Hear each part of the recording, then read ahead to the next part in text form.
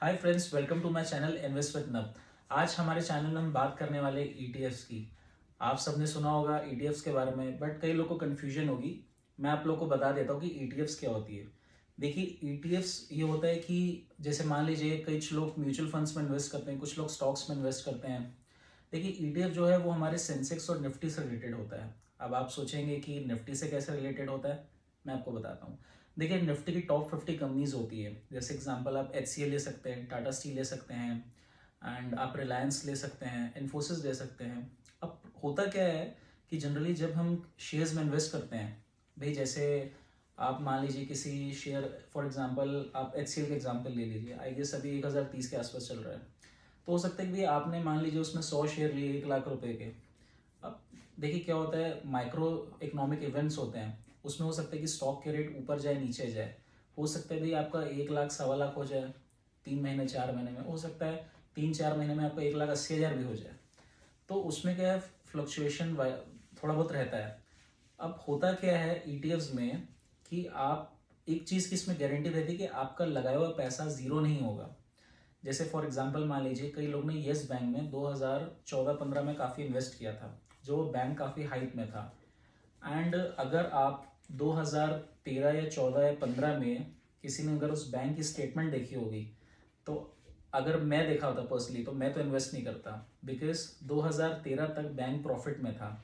But अगर आप 2014 और 15 में से अगर बैंक का स्टेटमेंट देखेंगे तो बैंक कंसिस्टेंट लॉस में था।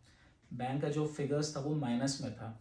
पर जिसने सिर्फ एक बैंक है, अच्छा बैंक है सोच के इन्वेस्ट किया होगा, उन सबका पैसा डूबा है। कई लोगों ने 400-500 रुपये में भी शेयर लिया। इवन मेरे कुछ कजन्स थे, रिलेटिव्स थे, उन लोगों ने 380-90 में शेयर और इनफैक्ट आज तक होल्ड करके रखे हैं। इनफैक्ट कई लोग ने 200-250 में भी शेयर लिया और आज मेरे ख्याल से 12-13 रुपये का शेयर माइट भी होगा। तो लोग उसे एवरेजिंग करें, बट आप कितना एवरेज कर लेंगे। सो ईटीएफ्स ये रहता है कि मान लीजिए अगर ईटीएफ में टॉप 50 शेयर्स हैं और अगर हम ईटीएफ्स में इन्वेस्ट कर रहे हैं, तो देखिए इतनी तो गारंटी कि आपका पैसा ज़ीरो नहीं होने वाला है। ये आप फैक्ट मान के चलिए। अब ईटीएफ्स में क्या होता है, जैसे निफ्टी बीज है और निफ्टी जूनियर्स भी है, बट मैं आपको निफ्टी बीज सजेस्ट करूंगा। आई गेस निफ्टी बीज अभी 192 के आसपास चल रहा है एंड इसका हाई 212 के आसपास का हाई गया है।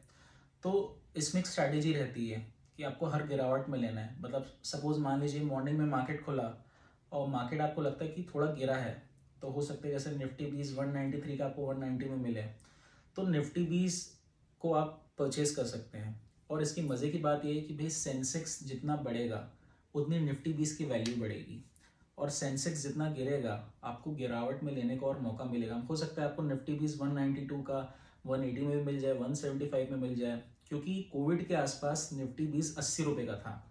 हाँ, उस समय मैं कभी वीडियो मैंने बनाया नहीं क्योंकि मेरा चैनल नहीं था। बट हाँ, अब मैं अगर ऐसे स्टैट्स और फिगर्स देखता हूँ तो मुझे लगता है हाँ, काश मुझे इन्वेस्ट कर देना था। क्योंकि उस कोविड के समय में किसी ने अगर 10,000 लगाया तो उसका भी 20,000 होना तो पक्का था।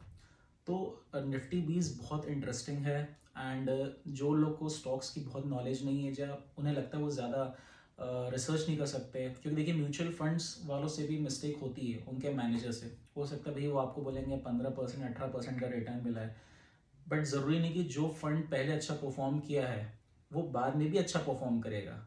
बट निफ्टी बीज में ऐसा नहीं है। निफ्टी बीज में आपको जो रिटर्न है, आप लॉस में नहीं आएंगे, क्योंकि टॉप 50 कंपनीज हैं इंडिया की।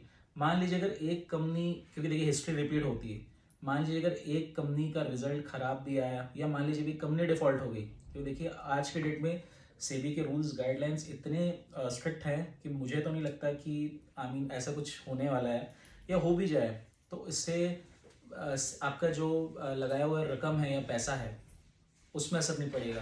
भाई मान लीजिए जैसे अभी सेंसेक्स है 59,000 के आसपास चल रहा है। एंड पहले आज से कई साल पहले, मेरे ख्याल से 15-20 साल पहले सेंसेक्स 2,000 में भी था। तब किसी ने नहीं सोचा था सेंसेक्स 15,000 20,000 भी जाएगा।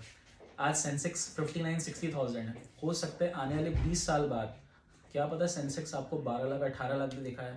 माइट भी आपको लग रहा हो कि मजाक कर रहा हूँ, बट देखिए एक चीज़ याद रखिएगा, कोई भी चीज़ की जो आज सेंसेक्स है एक दिन में 800-800 पॉइंट टूट जाता है, 1,200 पॉइंट टूट जाता है, कई बार 600 पॉइंट बढ़ जाता है।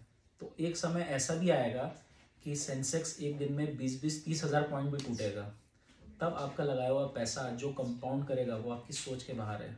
मतलब मेरा सजेशन ये रहेगा कि आपको थोड़े थोड़े अमाउंट जो आप सेव करते हैं उससे रेगुलर इन्वेस्ट करना चाहिए। बाकी और भी अपडेट के लिए हमारे चैनल में बने रहिए। Thank you.